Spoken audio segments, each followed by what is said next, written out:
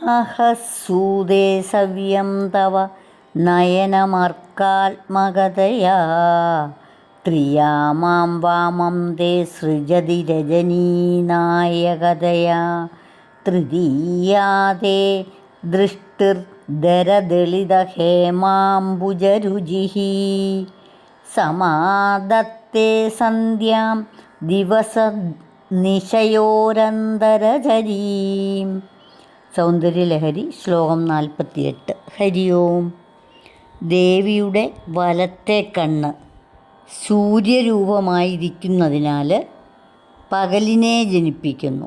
ഇടത്തെ കണ്ണോ രാത്രി നായകത്വം കൊണ്ട്, അതായത് ചന്ദ്രരൂപമായിരിക്കുന്നതിനാൽ രാത്രിയെ ജനിപ്പിക്കുന്നു.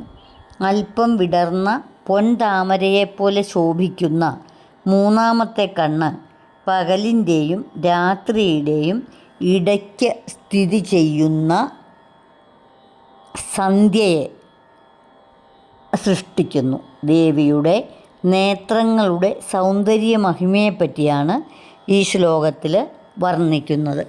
ദേവിയുടെ വലത്തെ കണ്ണ് സൂര്യസമാനമായി പകലിനെയും ഇടത്തെ കണ്ണ് ചന്ദ്രസമാനമായി രാത്രിയെയും മൂന്നാം കണ്ണ് സന്ധ്യയെയും സൃഷ്ടിക്കുന്നു. അപ്രകാരമുള്ള ദേവി അടിയനെ അനുഗ്രഹിച്ചാലും. ഹരി ഓം.